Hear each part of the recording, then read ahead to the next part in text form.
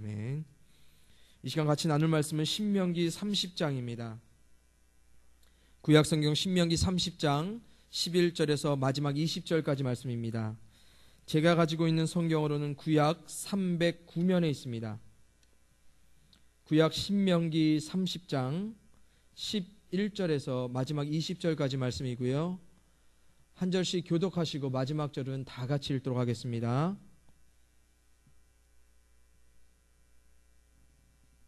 네, 신명기 30장 11절 제가 먼저 봉독해 올립니다. 내가 오늘 내게 명령한 이 명령은 내게 어려운 것도 아니요 먼 것도 아니라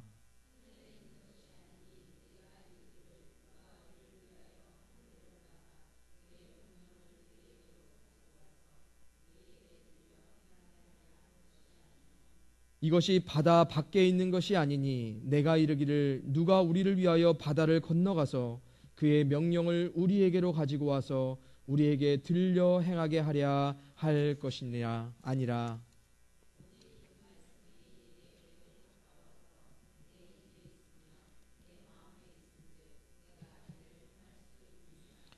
보라 내가 오늘 생명과 복과 사망과 화를 내 앞에 두었나니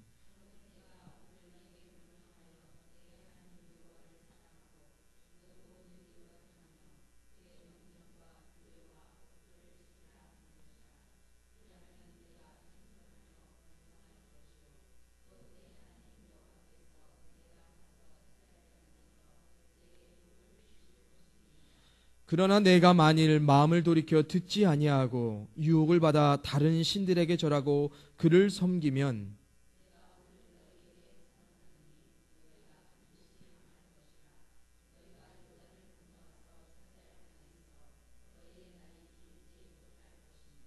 내가 오늘 하늘과 땅을 불러 너희에게 증거를 삼노라. 내가 생명과 사망과 복과 저주를 내 앞에 두었은즉 너와 내 자손이 살기 위하여 생명을 택하고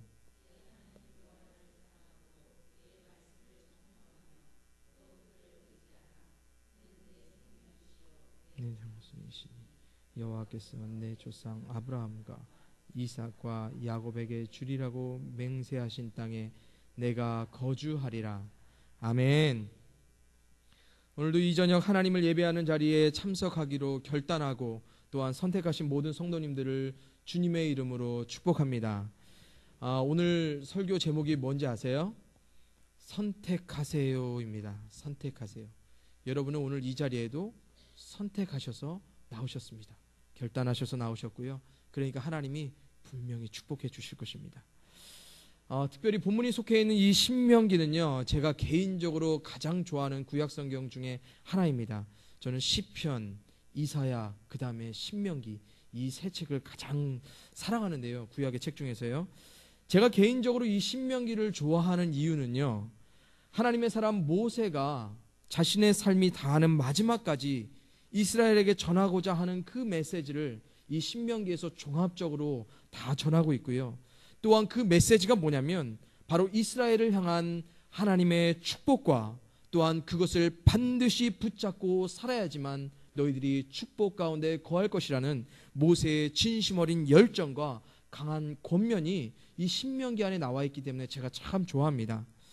저는 오늘 우리 사랑하는 성도님들께 함께요, 비록 오늘이 제 삶의 마지막은 아니지만 아직 한창이잖아요. 그렇죠? 벌써부터 마지막으로 보내시려고 하는 건 아니죠. 그렇죠? 뭐 하나님 부르시면 가겠지만 비록 오늘이 제 삶의 마지막은 아니지만 정말 삶의 마지막에 서서 이스라엘에게 하나님의 축복 가운데 서기를 간절히 원했던 모세의 심정과 같은 심정으로요, 같은 마음과 열정으로 하나님만이 우리 삶의 생명과 축복이 되심을 본문을 통해 같이 나누고자 합니다. 먼저 본문 15절하고 19절 말씀을 저희가 다시 한번 읽어보겠습니다. 본문 30장 15절 먼저 읽습니다. 15절입니다. 시작. 보라 내가 오늘 생명과 복과 사망과 화를 내 앞에 두었나니. 19절입니다. 시작. 내가 오늘 하늘과 땅을 불러 너희에게 증거를 삼노라. 내가 생명과 사망과 복과 저주를 내 앞에 두었은즉 너와 내 자손이 살기 위하여 생명을 택하고. 아멘. 저희가 지금 읽은 두 말씀에서 모세가 반복하면서 강조하는 한 구절이 있습니다. 그것은 바로 생사화복, 즉 삶과 죽음, 생명과 사망, 축복과 저주 모두가 이스라엘의 삶 가운데, 또한 현재를 살고 있는 하나님의 백성인 우리의 삶 가운데 놓여져 있다라고 모세는 지금 말하고 있습니다. 여기서 중요한 것은 하나님은 이 모든 것을 우리에게 약속의 형태로, 약속으로 허락하셨다는 사실입니다. 하나님의 약속에는 아주 중요한 요건이 두 가지 있어요. 중요한 사실이 두 가지 있습니다. 첫째로, 하나님은 아무에게나 약속하시는 것이 아니라 당신의 백성, 당신의 자녀에게 약속하신다는 것입니다. 그래서 아무나 하나님이 주신 축복을 받는 것이 아니라 하나님의 축복의 약속을 받은 사람만이, 믿는 사람만이 하나님이 주시는 축복의 약속들을 풍성히 삶 가운데 누리며 살아가게 됩니다. 두 번째로요, 하나님은 약속하시고 하나님이 약속하신 그 약속을 하나님께서 직접 이행하신다는 사실입니다.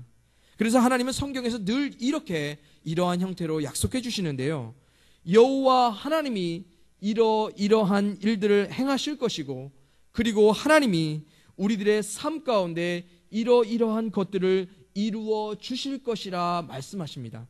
그래서 약속은 우리가 이뤄가는 것이 아니고요, 우리가 약속을 믿고 나아갈 때 하나님이 이루어 주심으로 받는 것이 바로 하나님의 약속이고 하나님의 축복인 것입니다. 그래서 하나님은 당신의 약속 가운데 약속하신 모든 것을 우리가 가득히 누리기 원하시고요, 우리를 위해 약속 가운데 일하시길 원하시는 분이 바로 우리의 하나님이십니다. 그러면서 모세는 하나님의 약속과 그것을 지켜감에 대한 우리의 그릇된 선입견을 제거하기 위해서요, 11절부터 14절 말씀에 다음과 같이 말합니다. 첫째로 하나님의 약속은 어렵지 않다라고 11절에서 말하고 있습니다. 하나님의 약속은 어려워서 우리가 이해할 수 없는 그런 고차원적인 것이 아니라는 것입니다. 하나님의 약속은 학사, 석사 이상, 서울연고대 이상 돼야, 수능 300점, 400점 이상 돼야 이해할 수 있는 것이 아니라 아무나 어린아이부터 어른애들까지 지식의 높고 낮음과 상관없이, 학력과 상관없이 모두가 이해할 수 있는 것이 바로 하나님의 약속이고 하나님의 축복이라는 것입니다. 또한 둘째로 모세는 14절에서요, 누구든지 다 지켜 행할 수 있는 것이 바로 하나님의 약속이라 말하고 있습니다. 하나님의 약속을 지키는 것은요, 우리 지식과 능력 밖에서 하나님이 요구하는 것이 아니고요, 특별한 고도의 테크닉이나 특별히 숙련된 기술이 있어야지만 얻을 수 있는 것이 하나님의 약속이고 하나님의 축복이 아니라 모세는 말하고 있습니다. 그러면서 모세는 강조합니다. 하나님의 약속은 누구든지 받을 수 있고 누구든 행할 수 있다고요. 그리고 마지막으로 하나님의 약속은 우리가 닿을 수 없고 우리가 찾을 수 없을 만큼 멀리 있는 것이 아니라고 말하고 있습니다. 그래서 하나님의 약속은 그림의 떡과 같이 멀리 우리의 상상 속에서만 존재하는 것이 아니라 14절 말씀과 같이 우리의 입을 통해 늘 읽고 고백할 수 있는 것이 하나님의 약속이고요, 지워도 지워질 수 없는 마음에 새겨진 것이 바로 하나님의 약속이라 모세는 강조하고 있습니다. 그래서 모세가 거듭 강조합니다. 하나님의 모든 약속들은 하나님의 백성된 자녀된 우리가 반드시 누릴 수 있고 반드시 받을 수 있다고요. 우리 사랑하는 성도님들도요, 누구나 다 이해할 수 있는, 누구나 다 지켜 행할 수 있는 하나님의 약속들을 다 받아 누리시길 간절히 축원드립니다. 우리에게 약속하시고 약속하신 모든 것을 우리 삶 가운데 이루시길 원하시는 그 하나님을 삶 가운데 날마다 경험하세요. 하나님은 당신의 약속들을 우리의 삶을 통하여서 반드시 성취하실 것입니다. 그리고 그 모든 약속들을 반드시 우리 삶 가운데 지켜 행하실 것입니다. 이제 누리고 받아서 사세요. 풍성이 넘치도록 가득히 말입니다. 아멘. 그런데 문제는 여기서부터입니다. 이제 문제가 찾아왔습니다. 마음의 긴장들을 하셔야 돼요. 이렇게 다 받아 누릴 수 있는 하나님의 약속들이요, 우리가 간절히 원하는 생명과 축복뿐만 아니라 별로 달갑지 않은 사망과 저주 또한 포함되고 있다는 사실입니다. 우리가 기대하는 모든 생명과 축복뿐만 아니라 모든 사망과 저주도 반드시 우리 삶 가운데 성취되고 지켜진다는 것이 바로 하나님의 약속입니다. 특별히 이 하나님의 약속을 강조하고 이 약속을 받으라고 모세가 강조하면서요, 28장에서 결론적으로 말하는 축복과 저주의 형태를 말하고 있습니다. 신명기 28장 한번 볼까요? 신명기 28장 6절을 다 같이 읽습니다. 6절 읽습니다. 시작. 내가 들어와도 복을 받고 나가도 복을 받을 것이니라. 그리고 19절 읽습니다. 시작. 내가 들어와도 저주를 받고 나가도 저주를 받으리라. 하나님이요, 생명과 축복만을 약속했으면 좋겠는데요, 왜 하나님은 사망과 저주를 우리 가운데 같이 약속하셨다는 겁니다. 신명기 28장에서 보면요, 하나님의 축복의 약속들은 1절부터 14절까지밖에 없어요. 근데 15절부터 무려 68절까지가요, 무엇에 대한 얘기냐면 바로 하나님의 저주에 대한 얘기입니다. 무려 3배가 넘는 하나님이 저주의 말씀들을 같이 28장 안에 약속의 형태로 우리 가운데 주어지고 있다는 것이에요. 그렇다면 하나님이 우리에게 사망과 저주를 그렇게 많이 약속하신 이유가 혹 우리가 하나님을 믿어야 할, 하나님을 따라야 할 이유로서 제시한 것일까요? 다시 말하면, 얘들아 너희들 나 믿지 않으면 반드시 망할 거야. 그러니까 꼭 나를 믿어 라고 말씀하시기 위해서 하나님이 사망과 저주를 약속하셨을까요? 어떠실 것 같으세요? 고등학교 때 한 선생님이 계셨어요. 이 선생님은 학생들이 공부를 열심히 해야 할 이유들을 늘 강조하시면서 항상 이렇게 말씀하셨습니다. 이건 저의 경험입니다. 뭐 세상의 모든 선생님들이 그렇진 않겠죠.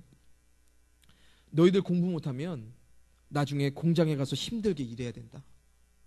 너희들 공부 못하면 나중에 사회 나가서 절대로 성공 못한다. 너희들 지금 공부 안 하면 나중에 평생 후회한다.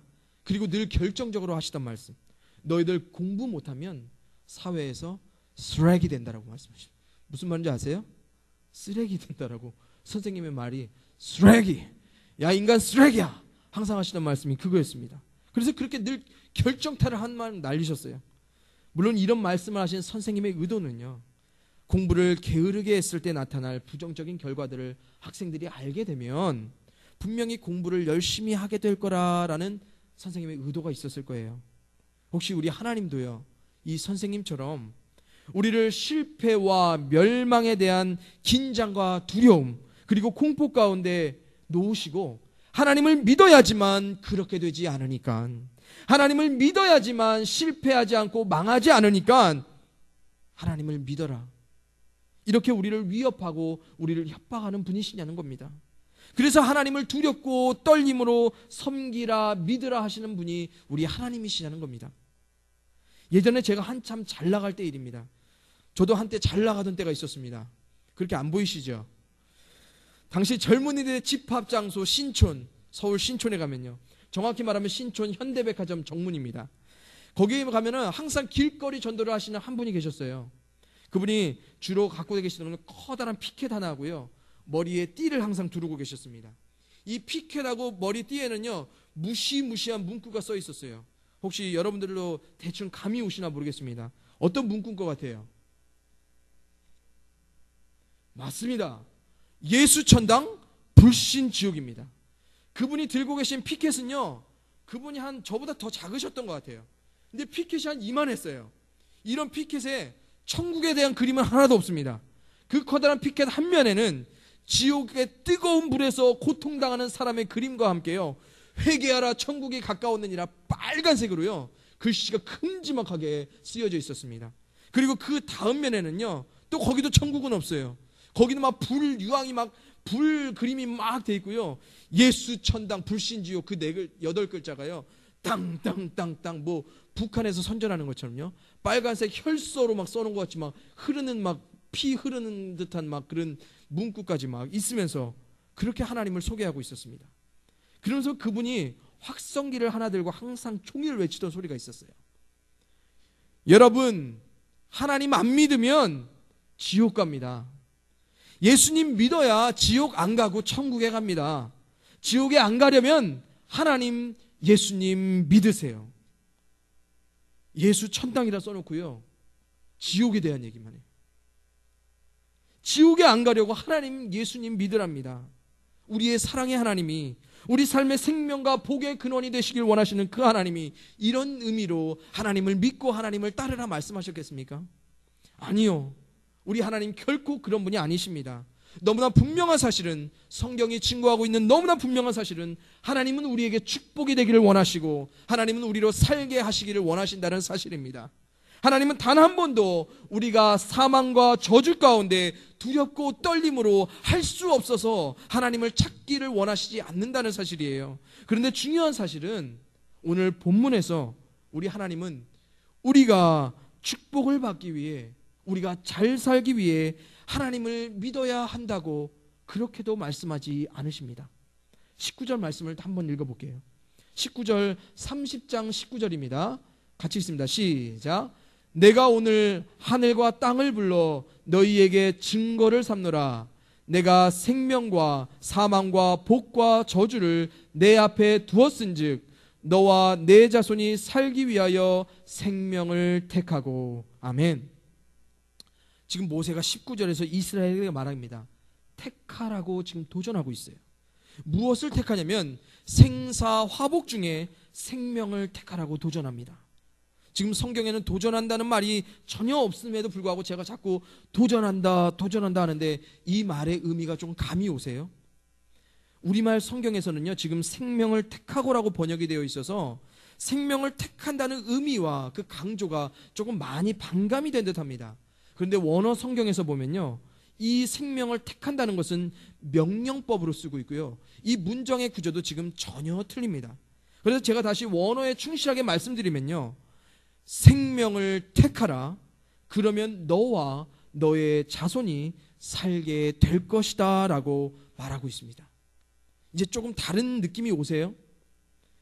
우리말 성경에서는요, 생명은 우리가 살기 위하여 택하는 것입니다. 하지만 원어 성경에서는 생명을 택하여야 우리가 산다라고 말하고 있습니다.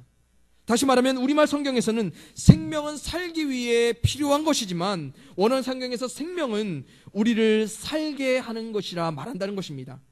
우리말 성경에서 생명인 심장은 우리가 살기 위하여 있어야 하는 것이지만 원어 성경에서 심장이 있어야지만 우리가 산다라고 말하는 것입니다.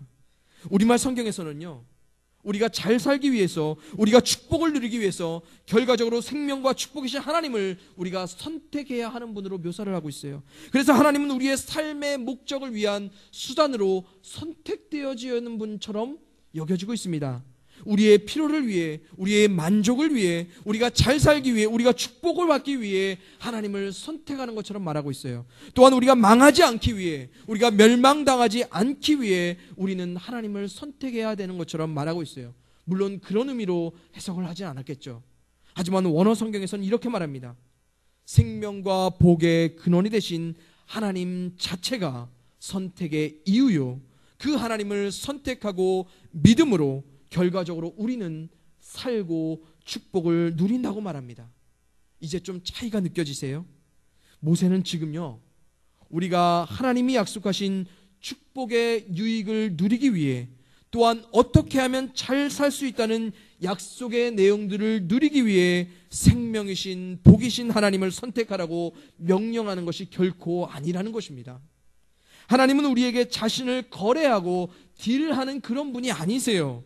하나님은 자신이 가진 수많은 혜택과 유익과 많은 옵션들을 줄줄이 세워놓고 내가 얼만큼 이렇게 줄 테니까 나를 한번 믿어. 내가 어느 정도 해줄 테니까 나 한번 믿고 따라와봐. 하나님께서 그렇게 말씀하시는 그런 장사치가 아니세요. 하나님은요, 자신이 약속하신 모든 약속의 내용들과 상관없이 먼저 생명이신 복의 근원 되신 하나님을 믿으라 도전하십니다. 다시 말해 우리가 잘 살고 축복받는 것을 조건으로 우리가 하나님을 선택하는 것이 아니라 하나님 자체가 우리가 선택하고 믿어야 할 이유가 되시고, 우리가 바라는 조건과 상관없이 우리가 하나님을 선택할 때 하나님은 반드시 우리로 잘 살게 축복받게 하실 것이라는 것이 바로 모세의 명령입니다. 바로 생명을 택하라는 모세의 말입니다. 지금 이 택함에 대한 얘기는요, 지금 목사님이 새벽 예배 때 말씀하시는 그 택함과는 다른 거예요. 우리 하나님의 택함 가운데 이미 들어와 있습니다. 하지만 그 삶 가운데 또 주어지는 생사화복 중에 그 택함을 말하는 거예요.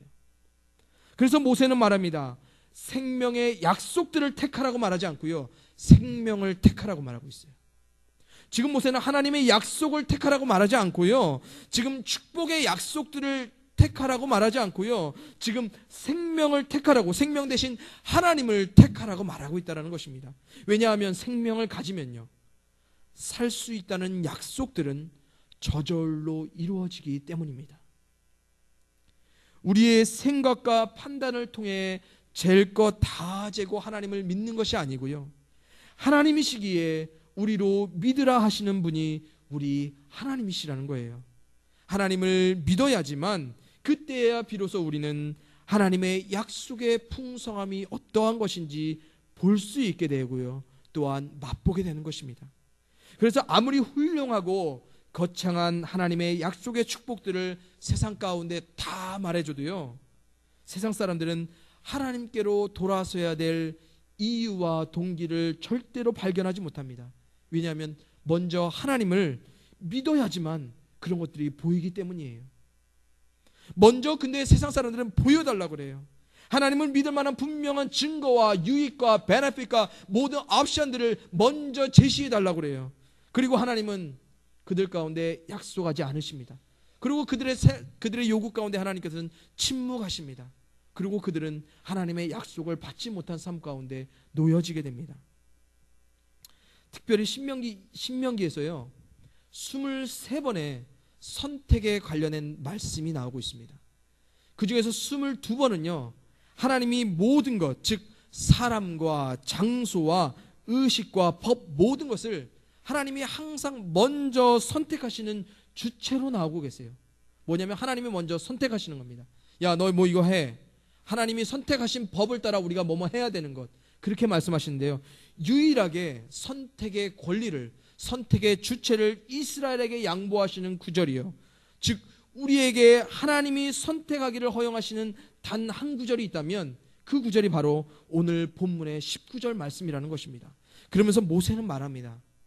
생명이신 하나님을 선택한 자의 삶은 바로 이렇다고 세 가지를 말하면서 정확하게 이 내용을 순종이라는 것과 일치하여서 반복적으로 오늘 말씀에서 제시하고 있습니다. 먼저 20절 말씀을 한번 같이 읽어볼게요. 생명을 택하고, 생명을 택하라 다음에 말하는 내용입니다. 20절입니다. 시작. 내 하나님 여호와를 사랑하고 그의 말씀을 청종하며 또 그를 의지하라. 그는 내 생명이시요. 아멘. 여기까지만 읽을게요. 생명을 선택하고 사는 삶은요, 첫째로 여호와를 사랑하고요, 둘째로 그의 말씀을 청종하고요, 마지막으로 그를 의지하는 것이라 모세는 지금 말하고 있습니다. 이 세 가지를 잘 기억하시면서 16절 말씀을 우리가 다 같이 한번 읽어보겠습니다. 16절 말씀입니다. 같이 읽습니다. 시작. 곧 내가 오늘 내게 명령하여 내 하나님 여호와를 사랑하고 그 모든 길로 행하며 그의 명령과 규례와 법도를 지키라 하는 것이라. 그리하면 내가 생존하며 번성할 것이요. 아멘. 여기까지만 읽을게요. 여호와 하나님의 말씀에 순종하는 삶은 첫째로 여호와를 사랑하고요, 둘째로 그의 길로 행하고요, 마지막으로 그의 모든 말씀을 지키는 삶이라 모세는 말하고 있습니다.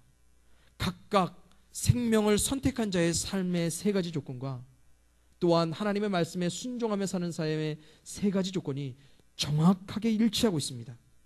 여기서 모세는요, 생명이신 하나님을 선택하는 자의 삶은 곧 하나님의 말씀에 순종하는 자의 삶과 같다는 표현을 이렇게 하고 있습니다. 다시 말하면 하나님을 선택하는 것은 곧 하나님의 말씀을 선택하는 것과 같다는 거예요. 그래서 하나님을 선택한 자의 삶은 곧 하나님의 말씀에 순종하는 자의 삶이어야 한다는 것입니다. 왜냐하면 하나님과 하나님의 말씀은 하나이기 때문입니다. 그래서 첫째로 여호와 하나님만을 사랑하는 것은 곧 하나님의 말씀만을 사랑하는 것입니다. 하나님만을 사랑함으로써 우리의 삶에 하나님 외의 모든 선택을 버리고요, 그분의 말씀만을 사랑함으로 세상의 어떤 것도 선택하지 않는 것이 생명을 선택하는 자의 삶입니다. 하나님만을 삶의 유일한 선택으로 우선순위를 삼는 사람은요, 그래서 하나님의 말씀이 삶의 최우선이 되는 삶을 살아가게 되는 것입니다. 또한 둘째로 오직 하나님만을 사랑하기로 선택하고 결심한 사람은요, 하나님의 말씀과 그의 길로 행하게 되는 것입니다. 그래서 세상으로부터 들려오는 하나님 외의 선택들에요, 이제는 귀를 막게 되는 거예요. 세상이 추구하는 거짓된 말들에 흔들림이 없이요, 사랑하는 하나님의 음성에만 집중하고요, 하나님이 걷기 원하시는 그 길로만 따라서 선택하고 결단하는 것이 바로 하나님의 생명을 선택하고 하나님의 말씀을 선택하는 자의 삶이라는 것입니다. 그래서 마지막으로 우리가 사랑할 유일한 존재로 하나님을 선택하고 결심한 이상 죽을 때까지 하나님을 의지하고 그분의 말씀만을 지켜가는 것이 바로 생명을 선택한 자의 삶, 바로 하나님의 말씀을 선택한 자의 삶이라고 말하고 있습니다. 의지한다는 말은요, 원어에서 이렇습니다. 꽉 붙잡는 것이라고요. 그냥 잘 붙들고 있는 게 아니고요, 꽉 붙잡아서 절대로 놓지 않겠다는 의지가 포함되는 게 바로 우리말에 의지한다라는 단어입니다. 하나님을 대신해 다른 것을 선택하라는 세상의 어떤 유혹과 시험 가운데서도요, 하나님만을 꽉 붙잡는 것, 그것이 바로 생명을 선택한 자의 삶입니다. 말씀을 지켜가는 것은요, 하나님이 먼저 놓으신 그 삶의 발자국 위에 우리의 삶의 발자국을 정확히 그 위에 올려놓고 한 걸음 한 걸음 걷기 위하여 노력하는 자의 삶이 바로 하나님의 말씀을 지켜가는 자의 삶입니다. 사랑하는 성도님들, 하나님은 당신의 은혜 가운데 그리스도 안에서 우리를 불러주셨고요, 우리에게 오늘 생사화복에 대한 믿음의 선택을 제시하셨습니다. 이 선택의 삶 가운데 우리가 하나님을 통해 축복이 있음을 믿을 것이냐, 아니면 하나님이 없이 축복이 있을 것이라 믿을 것인가는 우리의 선택으로 약속된 것입니다. 우리가 선택감으로 받게 되는 것이라는 겁니다. 선택이란 곧 순종이고요, 순종이란 곧 또한 선택입니다. 선택이란 다른 한 가지를 반드시 포기해야 하는 것이고요, 순종이란 다른 것을 반드시 하지 않기로 결단하는 것입니다. 이런 의미에서 선택과 순종 모두는요, 우리의 포기를 요구합니다. 하나님은 하나님과 당신의 말씀만을 선택하며 순종하기를 우리에게 원하시고요, 동시에 하나님과 당신의 말씀을 제외한 모든 것을 우리의 삶 가운데 온전히 포기하기를 원하시는 분이 바로 우리 하나님이라는 사실입니다. 그래서 하나님이 우리를 불러주셨어요. 하나님의 복 받고 살라고요, 하나님의 복 누리며 살라고요. 바라옵기는 우리 모두는 반드시 생명이요 축복이신 하나님을 날마다 삶 가운데 유일한 선택으로 받아들이므로 하나님 외에 우리에게 복이 될 수 있는, 하나님 말씀 외에 우리로 살게 할 수 있겠다는 모든 것들을 포기함으로 하나님이 주실 약속의 축복과 하나님이 우리로 살게 하시겠다는 약속을 날마다 누리시고 받으시길 간절히 축원드립니다. 우리 하나님은요, 당신과 당신의 말씀을 다른 것 다 선택한 다음에 할 수 없이 선택하는 최후의 보루로 남기 원하시는 분이 아닙니다. 하나님은요, 늘 우리 삶의 선택 가운데 항상 최우선이 되기를 원하시는 분이세요. 왜냐하면 우리 하나님은 늘 우리의 삶 가운데, 우리의 축복의 삶 가운데 최고와 최선이 되어주시길 원하시는 분이기 때문입니다. 그런 하나님을 안다면요, 우리는 하나님을 항상 삶의 최우선 순위로 둘 수밖에 없습니다. 사랑하는 성도님들, 하나님과 하나님의 말씀을 날마다 삶 가운데 최우선으로 선택하심으로 하나님의 말씀 가운데 약속하신 최고의 최선의 축복된 삶을 받으며 살아가는, 누리며 살아가는 여러분의 삶이 되시기를 다시 한번 주님의 이름으로 축복합니다. 이 삶이요, 어렵지 않아요. 다 행할 수 있습니다. 겁먹지 마세요. 두려워하지 마세요. 모세가 얘기했잖아요. 진작부터 모세는 알고 있었어요. 다 받아 누릴 수 있다는 것을요. 그 약속 우리 가운데 하나님이 주셨습니다. 이제 주신 것 받아 누리기만 하면 됩니다. 풍성이 가득히 온전히요. 이 시간 다 같이 찬송하고 같이 잠시 기도하는 시간 갖도록 하겠습니다. 찬송가 542장입니다. 찬송가